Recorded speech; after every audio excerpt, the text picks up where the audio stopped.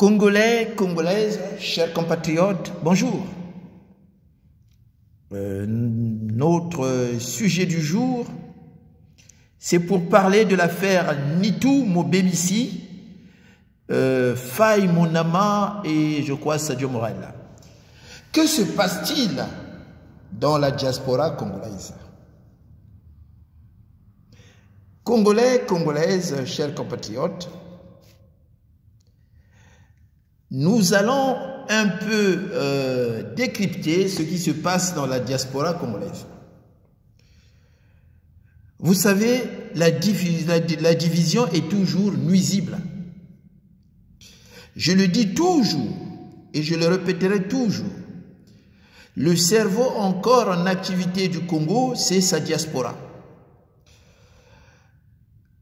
Mais nous constatons que entre les membres de la diaspora, surtout chez les plus jeunes, la jalousie maladive entre les membres de la diaspora devient de la sorcellerie. Ça devient de la sorcellerie. Quand la haine investit les cœurs des membres de la diaspora, il faut hausser le ton et dire à ces gens-là stop, parce que vous êtes en train de discréditer tout le monde. Ceux qui sont au pays comptent sur la diaspora. Mais ceux de la diaspora, ils ne brillent que par l'incompétence, par la division. À un certain moment, quand on devient tous ridicules, quoi. On devient tous ridicules. Notre diaspora n'a pas de vision. Notre diaspora n'a pas de vision. Il n'y a pas de constance dans les membres de la diaspora. Il y a des querelles inutiles, il y a des divisions inutiles. Nous autres, qui étions là depuis des années, qui avons appris auprès des vieux, comme le doyen Mungunga, paix à son âme, des vieux Makuta, nous autres qui avons milité, parce que la discipline commence aussi par le militantisme. Parce que les acteurs de la vie politique, c'est les partis politiques. Celui qui n'a pas d'expérience de militantisme dans un parti ne connaît pas la discipline du parti. Il ne connaît pas la discipline du parti.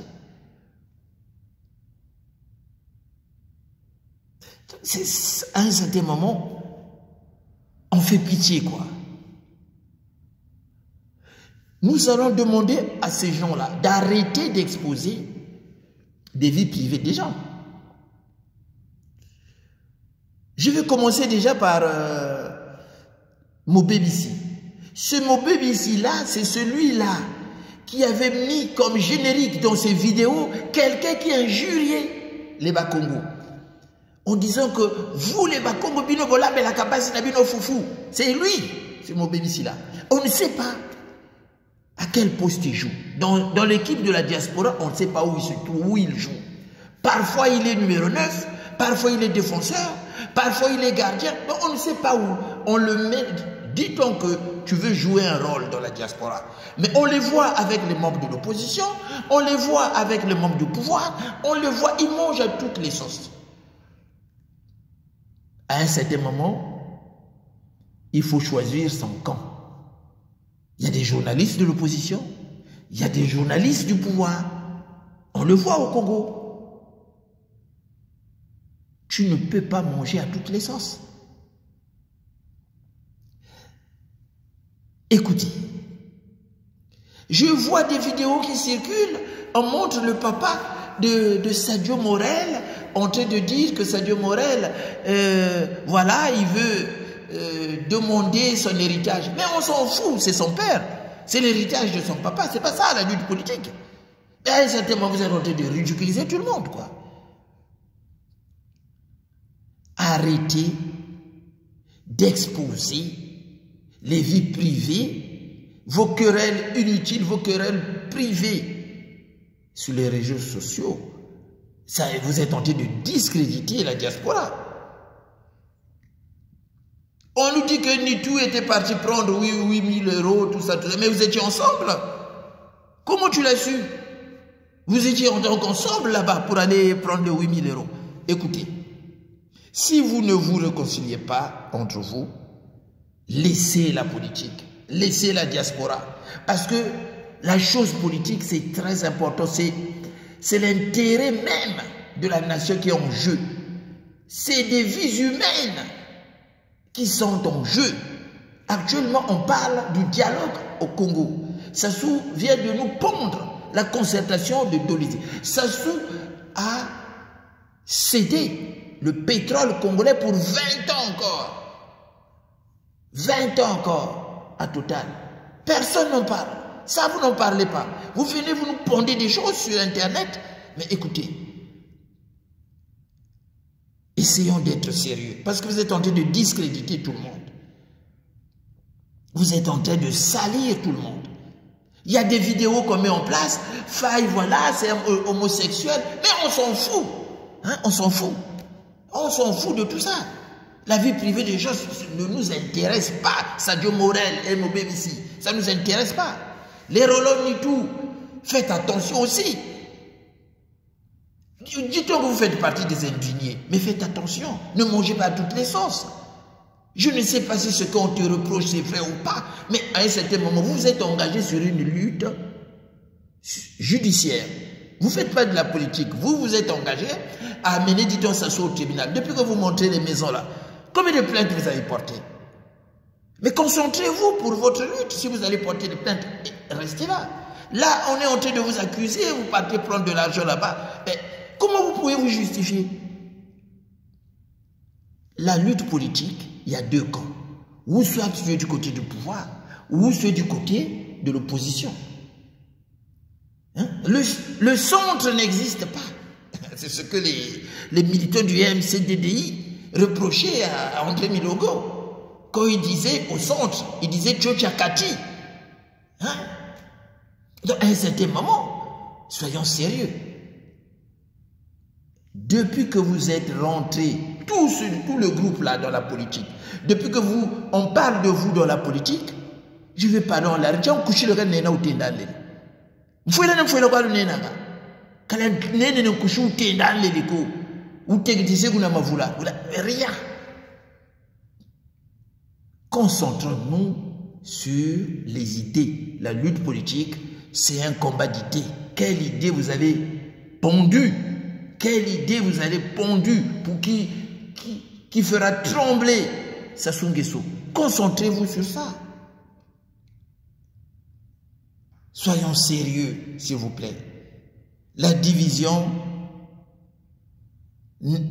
n'est-elle pas une stratégie de Sassou pour discréditer la diaspora? Cette division n'est pas une stratégie. Parmi vous, on ne sait pas qui travaille pour Sassou, mais la division ne profite qu'à Sassou. Parce que ce n'est ni l'heure, ni le moment. Parce qu'on parle actuellement on parle de la concertation de Madingou. Qu'est-ce que vous proposez? Ceux qui sont au pays sont en train de lutter. J'ai entendu l'intervention de Paulin Makaya dire que voilà, la concertation, c'est pas d'actualité, c'est pas la concertation qui va sauver le Congo. Bravo. J'ai entendu Mathias Nzon aller dans le même sens. Bravo. On a été les premiers à tirer le signal d'alarme. Je me rappelle avec mon grand frère, qu'on discute souvent, qu'on échange, M. Loufalankadi, on avait parlé de ça. Que c'était le seul chemin qui devait amener le Congo vers la lumière, vers l'apaisement, vers la réconciliation. Écoutez, tout le monde commence à dire que vous manquez d'amour pour votre pays. Comment voulez-vous, au moment où on est en train de chercher, on est en train de se battre pour faire reculer Sassou avec cette concertation en trompe-l'œil de Madingo, vous êtes en train de vous diviser, vous êtes en train de vous quereller, vous êtes en train de faire écran entre la diaspora et l'intérieur du pays. La maison est en feu et vous disputez. Le Congo est en train de brûler et vous êtes en train de perdre le temps sur des futilités. Voilà. Celui qui divise la diaspora agit pour le compte de Sassou. Moi, ça, je le dis. Celui qui divise la diaspora agit pour le compte de Sassou. La diaspora est toujours nuisible. Est toujours nuisible. Je ne sais pas si c'est l'argent dont vous parlez, vous n'avez pas partagé équitablement, mais il faut enlever le nom de la diaspora dans vos querelles inutiles. Hein. Nous autres, là, nous avons trouvé la diaspora congolaise. Il y avait des gens sérieux, des gens qui faisaient des réunions, des gens qui discutaient, des gens qui faisaient des propositions. Voilà. On a appris auprès de ces gens-là. Hein, les vieux Makuta et le vieux Mungunga, malgré ce qui pouvait les séparer, ils ont créé le collectif des exilés démocrates congolais. Voilà. On faisait des réunions. On s'est dit un certain nombre de choses là-bas. Les Wabari, je les ai connus là-bas, bien que je les ai connus déjà au pays. Donc c'était des gens qui travaillaient, qui faisaient des propositions. Voilà, il y avait des jours où on se retrouvait. Voilà, il fallait faire ça, il fallait faire telle démarche qu'on va faire. Donc il y avait un planning qui était déjà mis en place. Mais la diaspora actuelle ne brille que par l'incompétence, par la médiocrité. Tu vois des gens qui sortent là, moi je suis guerrier. Au Congo, il y a eu la guerre, mais vous êtes des assassins, vous avez massacré les civils innocents. Vous êtes des assassins, il n'y a pas de guerriers là-bas au Congo. Des assassins, des criminels, des génocidaires. Vous avez des gens qui viennent, qui parlent, voilà, ceux qui sont là, ils n'ont rien fait. Nous allons faire des choses. Mais qu'est-ce que vous avez fait depuis que vous êtes là? Sinon, allez prendre de l'argent chez Sassou. Il n'y a que ça que vous savez faire. Il n'y a que ça. Écoutez. Réglez vos disputes, s'il vous plaît. Réglez vos disputes. Réglez vos disputes de caniveau. Réglez vos disputes de caniveau entre vous. Vos discussions font écran, j'ai dit, entre nous et le Congo, entre la diaspora et les Congolais de l'intérieur. Il n'y a plus de visibilité. Les gens ne voient que vos querelles de bas niveau. Oui, Sadio Morel, voilà, dans la vidéo, voilà, elle se bat pour l'héritage de son père. Mais c'est son père. Et c'est normal qu'elle puisse se battre pour l'héritage de son père. Son père a dit, il a plus de 20 et quelques gosses. C'est normal qu'elle puisse se battre. Nous, qu'est-ce qu'on en a à foutre là-dedans? Ça, c'est notre problème, ça. Mais celui qui a eu cette idée-là d'aller interviewer son père, mais il est malade aussi, celui-là. Donc tu veux montrer quoi? Tu veux montrer quoi en filmant le père de Sadio Morel? Mais quel est cet enfant-là qui n'a jamais eu de problème avec les parents? Tu ne sais pas ce qui s'est passé entre Sadio Morel et son père. Son père vous a bien dit qu'il a beaucoup d'enfants. Donc c'est normal que les enfants puissent se battre sur l'héritage. Donc c'est pas notre problème ça. Déjà ça ne nous intéresse pas. Ça ne m'intéresse pas moi en tant que membre de la diaspora. Donc celui qui l'a mis sur YouTube, celui qui balance ça dans les réseaux sociaux, il ne connaît rien. Voilà, ça c'est pas de la politique ça. Ça on s'en fout. C'est comme Obélisi vient de dire, mais comme générique, quelqu'un qui est en train d'insulter les Bakongo. C'est des conneries ça. C'est des conneries ça. C'est pas ça la politique. Tu as eu une mission pour discréditer le pool ou la diaspora, Obélisi. Il y a longtemps qu'on te regarde, qu'on te remarque. Il y a longtemps qu'on te remarque. Donc, arrêtez vos disputes de caniveau. Tu viens, oui, Roland, tu étais parti prendre de l'argent, je ne sais pas où. Et toi, moi, on dit des choses sur toi. Beaucoup de choses.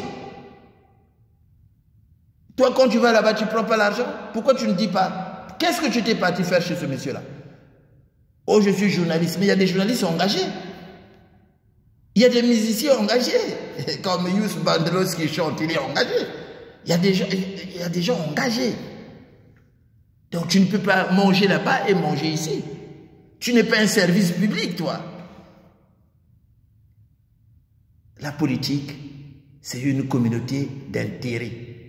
Donc, tu dois défendre un camp. Tu dois choisir ton camp. Des gens comme toi sont des gens dangereux, très dangereux. Je ne sais pas si tu travailles pour la DST ou pas, du Congo ou pas. Je ne sais pas. Parce qu'on t'observe. On t'observe depuis longtemps. Donc, les Roland et tout doivent faire aussi extrêmement attention. Dites-toi que vous êtes engagé sur la lutte des indignés. Sur la lutte des indignés, vous êtes engagé. Vous montez des maisons. Oui, montez des maisons. Mais la finalité de tout ça. Mais portez au moins plainte à Sassou Nguesso. Portez au moins plainte à toutes les maisons que vous montez. Montez toutes les maisons des Congolais. Hein? Des Congolais qui pillent le pays. Il n'y a pas que ces maisons-là que vous montrez. Il est parfait qu'on a des maisons ici. Les Bowao ont des maisons ici, jamais vu. Non, écoutez, à un certain moment, soyez sérieux. Dans votre lutte, on vous accuse de vous retrouver je ne sais pas où. Comment vous allez refuser? Donc il faut maintenant arrêter vos discussions. Si vous avez des problèmes, réglez-les entre vous. Mais n'amenez pas ça dans les réseaux sociaux. Parce que vous êtes tenté de discréditer l'opposition.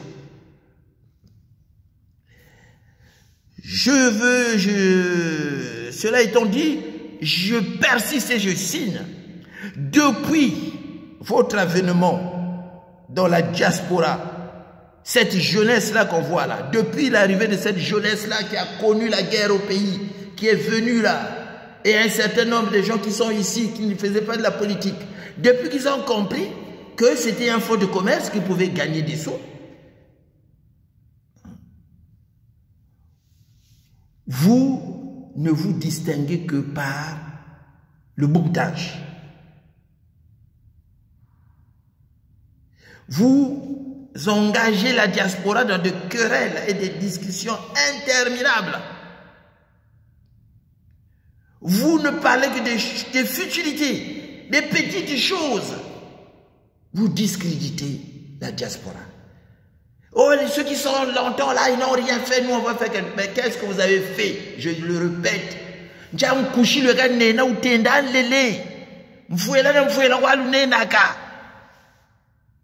Personne parmi vous n'a proposé une idée qui a fait trembler le pays là-bas. Personne. Mais à un certain moment, soyons sérieux. On est en train de voir en Côte d'Ivoire comment les gens se battent. Déjà, nous, on ne peut que briller par des idées. Actuellement, Sassou a pondu une idée là-bas. Il dit concertation de Madingou. Et que proposez-vous? Vous nous proposez, ouais, Sadio Morel veut l'héritage de son père. Vous nous proposez, Roland Nitoué était parti prendre 8 euros là. Vous nous proposez, c'est ça que vous nous proposez? Mais à un certain moment, soyons sérieux. Soyons sérieux. Soyons sérieux. On parle du dialogue de Madingou. Quelle est votre contre-proposition? Quelle est votre contre-proposition? Vous proposez quoi? Que Sadio Morel veut l'héritage de son père? Ni Roland Nitoué était parti prendre 8 000 euros?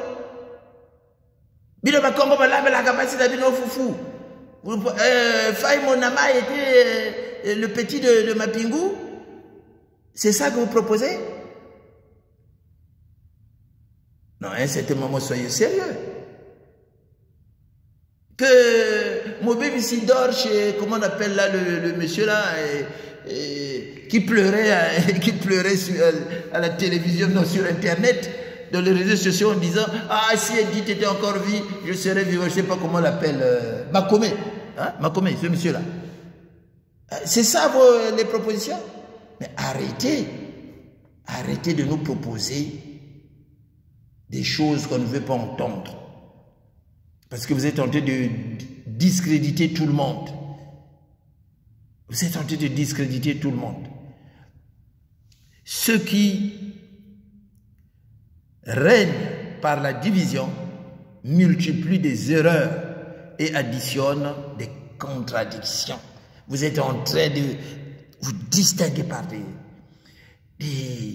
disons des erreurs, hein, des contradictions inutiles. Vous dites que vous êtes des résistants, on vous voit aller prendre, quémander de l'argent de l'autre côté. Vous dites des résistants, membres de la diaspora, on vous voit avec les Thierry Mungala, on vous voit avec les machins, vous êtes là-bas. Comment on appelle le monsieur là qui vient souvent ici là? J'ai oublié même son nom. Hein? Vous êtes là-bas. À quoi là? Vous êtes là-bas. À un certain moment, soyez sérieux. C'est la vie des gens. Parce que vous savez, la politique, c'est comme la circulation. Je le dis toujours, la politique, c'est comme dans la circulation. Il y a des codes. Il y a des règles qu'il faut respecter. Si tu ne les respectes pas, ce n'est pas la peine. Tu es un danger pour toi-même et pour les autres. Parce que quand tu vas là-bas, tu fais des émissions, tu les critiques. Tu fais des manifestations, quand tu vas là, ils peuvent t'empoisonner. Donc tu es un danger pour ta famille même. Il faut choisir un camp. La lutte politique, c'est une lutte d'idées. Propose des idées. Les injures, ça profite à personne. Mais il faut proposer des idées. Si ensemble, on est plus fort, pourquoi tant de divisions entre vous? Pourquoi tant de divisions? Pourquoi ce choix? Pourquoi ce choix de créer des groupes pour discréditer la diaspora? Pourquoi ce choix? Pourquoi vous avez créé des groupes indignés, je ne sais pas, 342, et vous faites des émissions pour faire des analyses, les autres créent des mouvements. Pourquoi vous avez fait ce choix-là? Pour discréditer la diaspora. Moi, je félicite ceux qui sont rentrés au pays. Hein. Ils se sont dit, non, nous, on ne peut pas résister contre Sassou, on rentre au pays, on va manger. Vous critiquez Tony Moudilou, Tony Moudilou, c'est un traître. Tony Moudilou, il est parti vendre Moukoko. Tony Moudilou a fait ça, Tony Moudilou a fait ça. Comme Manjono était rentré au pays là, Manjono c'est un traître, il est parti là-bas. Mais vous êtes pire qu'eux. Au moins Tony Moudilou, je le dis et je le répéterai, Tony Moudilou avait sauvé le général Moukoko. Quand il avait dit « j'irai pas au procès », il avait tendu la perche au général Moukoko. Donc il avait dit « j'irai pas », il m'a envoyé le billet, donc j'irai pas là-bas. Donc s'ils veulent arrêter le général Moukoko, ils n'ont qu'à arrêter, mais moi je n'irai pas témoigner contre le général Moukoko. Mais il avait sauvé là. Hein? Si le général Moukoko était parti en procès, si le général Moukoko avait décidé d'avancer vers le procès, il n'y avait pas matière à juger. La preuve, le général Moukoko a été condamné, non pas pour l'affaire de Tony Moudilou, mais il a été condamné pour détention illégale d'armes de guerre. Vous voyez? C'est ça. Donc ce n'est plus l'affaire de Tony Moudilou. À la fin, qu'est-ce qu'ils ont fait? Ils ont donné Tony Moudilou 20 ans. Mais il y a des gens qui continuent à dire il est traître. Vous là, qui partez prendre les 8000, vous n'êtes pas des traîtres. Vous là, qui partez interviewer les Akwala, les Mungala, les machins, vous qui mangez dans presque toutes les sauces, vous n'êtes pas des traîtres. Ben, à un certain moment, soyons sérieux. On regarde tous les réseaux sociaux. J'avais vu le lynchage que vous avez fait contre Manjono. Manjono est parti, il a trahi, il est parti chez Benoît Moudélégolo. Et là, ce qui se passe là, c'est quoi ça? Si Tony Moudilou c'est un traître, et vous, c'est plus que des traîtres alors. Si Manjono c'est un traître, et vous, plus que des traîtres. À un certain moment, soyons sérieux. La diaspora, on dit, c'est l'avenir du Congo. Mais ceux qui s'autoproclament leaders, comme les jeunes là qui viennent d'arriver, qui ont connu la guerre là, qui viennent, moi je suis leader, ceux-là, comme Ndumi s'est autoproclamé pasteur et Sassou président, ceux-là ils sont dangereux. Ceux-là ils sont dangereux. Ils apportent rien dans la lutte politique. Ils apportent rien. Depuis que vous êtes là, dites-nous qu'est-ce que vous avez apporté dans la lutte politique. Rien, pas d'idée, rien du tout. Rien. Lorsqu'on était là pour défendre la Constitution, personne, la Constitution là, il va la changer. Mais quand la mayonnaise avait pris, tout le monde, là, il faut empêcher la Constitution. Il faut défendre la Constitution. C'était trop tard. Quand on était là parmi les premiers à dire, le général Moukoko, c'est celui-là, si on l'appuie, qui peut changer les choses au pays. Les gens nous injuriaient. Mais quand la mayonnaise a pris, c'est tout le monde qui était parti là-bas. Maintenant qu'on l'a arrêté, plus personne ne le défend. À cet moment, soyez sérieux. Vous êtes des flics, vous, quoi. Vous êtes des flics. Même quand on avait arrêté Makaya, là, personne ne parlait de Makaya dans la diaspora. On a pris le bateau de pèlerin, on était les seuls à défendre ce monsieur-là. Nous savons où nous sommes passés. Je prends à témoin l'État Nawala qui aujourd'hui, il y a eu un texte qu'on a écrit, je crois que c'est Tony Moudilou qui l'a écrit, il a eu le culot de dire que c'est moi qui ai écrit ce texte-là. C'est quoi ces gens-là? C'est quoi ça? Non, et soyons sérieux. Soyons sérieux. À un certain moment, détruire la diaspora est peut-être votre objectif. C'est peut-être votre objectif, votre objectif. Mais vos différents groupes que vous formez, moi je pense que ne sont que des fonds de commerce. Parce que c'était vraiment des groupes qui avaient des objectifs bien déterminés, bien tracés. On devait tous s'unir. On devait tous s'unir. Peut-être les indignés, parce que les indignés, ils ont fait leur choix. Eux, ils ne sont pas dans la lutte politique. Eux, ils sont dans la lutte judiciaire. Donc, ils se sont dit, en montrant peut-être les maisons, des machins, et ils pourront... Moi, j'attends qu'ils puissent porter plainte, amener des problèmes au niveau de la justice. Parce qu'à quoi ça sert de montrer les maisons si vous ne portez pas plainte? C'est ça le vrai problème. Portez plainte. Portez plainte. Parce que c'est votre objectif. C'est ça que vous avez choisi. L'objectif de votre association, montrer les biens mal acquis, les traduire en justice. Nous attendons. Depuis combien d'années les indignés existent? Il n'y a pas eu de plainte. Il n'y a pas eu de plainte. Voilà pourquoi je dis détruire peut-être la diaspora est votre objectif à vous tous. C'est votre objectif peut-être.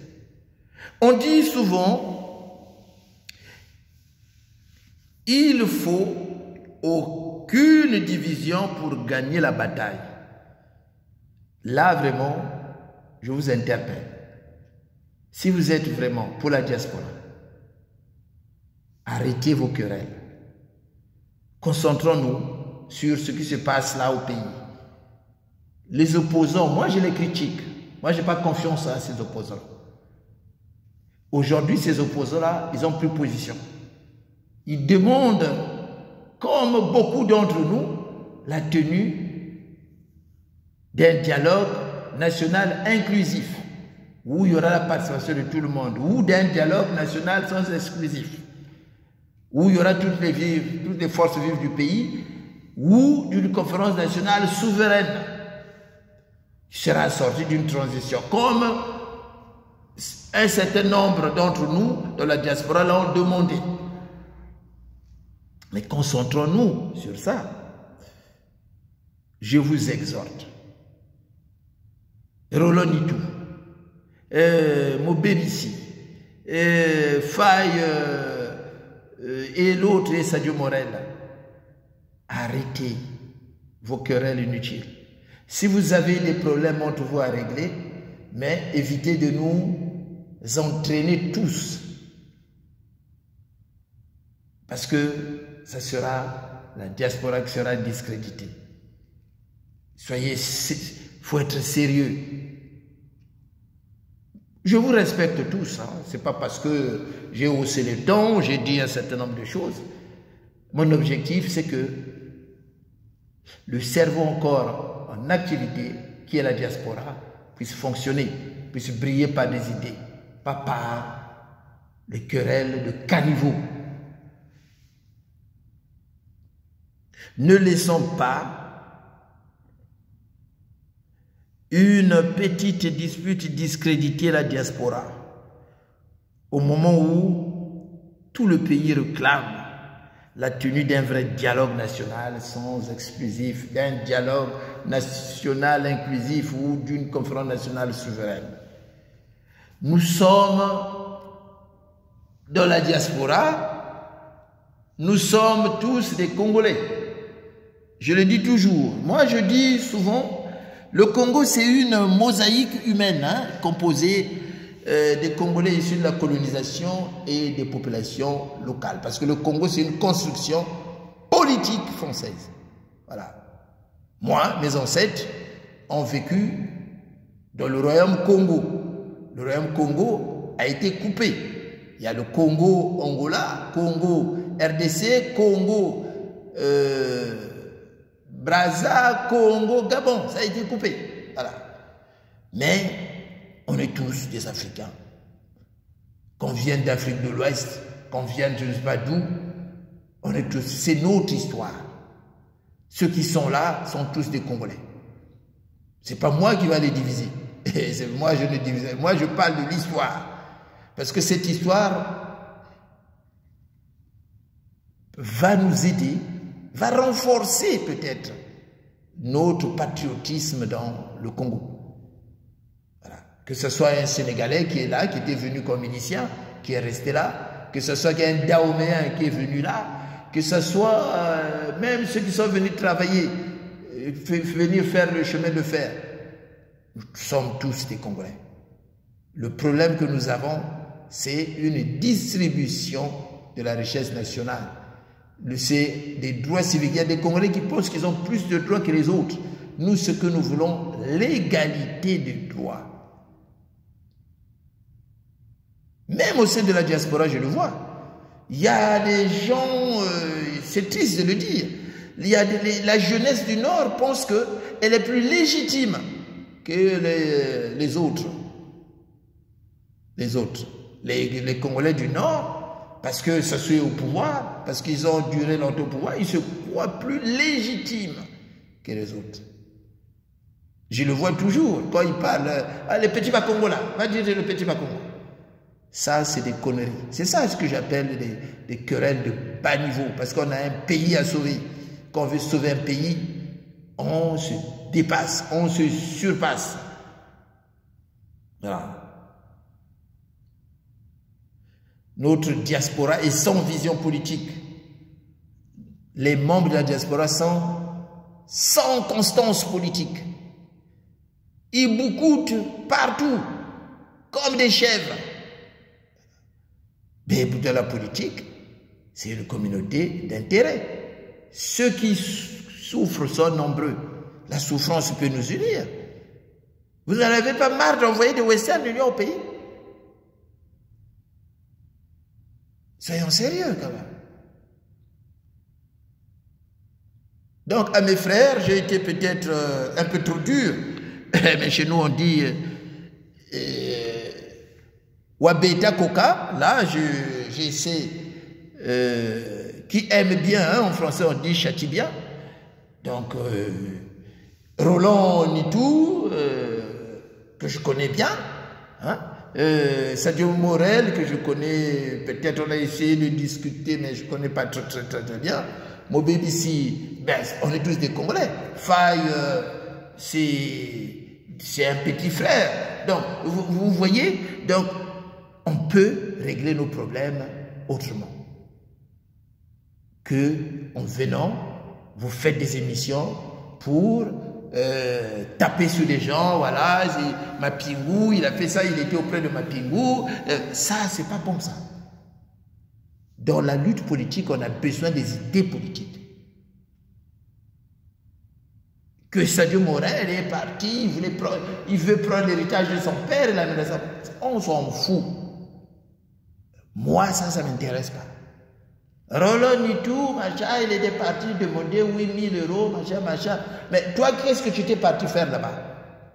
Qu'est-ce que tu t'es parti faire là-bas? Comment tu as su ça? Donc, réglez vos problèmes en dehors de la diaspora. La diaspora a d'autres chats à fouetter. La diaspora a un problème. Sassou Nguesso est en train d'amener le pays en bateau. Il nous amène en bateau, Sassou Nguesso. Là, Moukoko, on ne sait même pas où il est. Le Drian était au pays. Hein? Jean-Yves Le Drian demandait la libération de Moukoko quand Sassou était venu ici. Mais Jean-Yves Le Drian était au pays. Il pouvait demander à Sassou d'aller voir Moukoko à l'hôpital militaire. Là où il était sur place, il pouvait conditionner même son voyage en disant « Je ne viendrai pas si vous ne libérez pas Moukoko. Je ne viendrai pas au truc qu'ils ont fait là-bas. » Mais il était parti. Il est revenu. Arrivé là-bas, il n'a même pas parlé de Moukoko. Allez, arrêtez. Hein. Dans un certain moment, soyons sérieux. C'est à nous de mettre en place des idées. Des idées mobilisatrices. Nous devons mettre en place un projet qui montre l'avenir du doigt. Ce projet, nous devons le soumettre aux membres de l'opposition. Disons que si vous suivez ça, si vous tenez mort du cul à la tenue d'un dialogue inclusif, nous serons derrière vous, nous allons vous soutenir. C'est ça notre rôle. C'est ça notre rôle. Quand je vois des gens qui publient des trucs, je vais être président, candidat, mais vous êtes malade ou quoi? Vous ne savez même pas qu'il y a il faut avoir une résidence de 2 ans là-bas. Soyez un peu sérieux. Vous êtes en train de nous endormir. Vous savez, si tout un chacun arrivait à reconnaître son talent, hein, à mettre son talent au service des autres, on peut avancer. La diaspora doit être une équipe, mais dans cette équipe, que tout un chacun puisse d'abord reconnaître dans son âme et conscience, moi je ne peux pas jouer au numéro 9, moi je ne peux que jouer latéral, moi gardien, moi je ne peux pas jouer, moi je suis supporter. C'est ça la politique. La politique, on choisit un leader, mais les autres ils sont derrière, c'est une équipe. Mais on veut tous être chefs. C'est comme comme disent les Bakongo, les Lari, on veut tous être chefs. C'est comme un champ de maïs. On a tous des barres. Même ceux qui n'ont pas la capacité, même ceux qui ne voient que le bout de leur nez, même ceux qui ne savent pas. Parce que dans la politique, il y a des flux, hein, il y a des flux. Mais ceux-là aussi, ils veulent faire de la politique. Tout le monde veut faire de la politique. Tout le monde veut venir en politique. Tout le monde. À un certain moment, il faut reconnaître aussi. Il faut reconnaître, moi, je ne suis pas capable de faire ça. Ah, moi, je ne suis pas capable. Moi, quand j'étais au pays, je ne conduisais pas. Quand j'étais arrivé ici, quand j'ai fait le permis, au début, je me pensais que c'était facile. Mais quand tu vas à l'auto-école, les premières semaines, vous faites le volant, tu te rends compte que c'est difficile conduire. Quand vous commencez par les machines, ça se complique. Et contrôle, jusqu'à ce que tu vas maîtriser. Lorsque tu vas maîtriser, tu commences à constater que dans la circulation, il y a un langage qu'il faut parler. C'est ça aussi la politique. La politique, il y a des institutions, il faut les voir. Il y a des flux qui circulent entre les institutions. Par exemple, là, on nous parle du dialogue, de la concertation de Madingou. La concertation de Madingou, disons, c'est quand même un plat déjà bien préparé. Mais en amont, pour préparer le plat, il faut faire beaucoup de choses. Choses qu'on n'a pas fait, nous. On ne sait pas. Donc, tu vas aller t'asseoir, tu vas à Madingou. Mais il y a un travail qu'il faut faire en amont, un travail qui n'a pas été fait.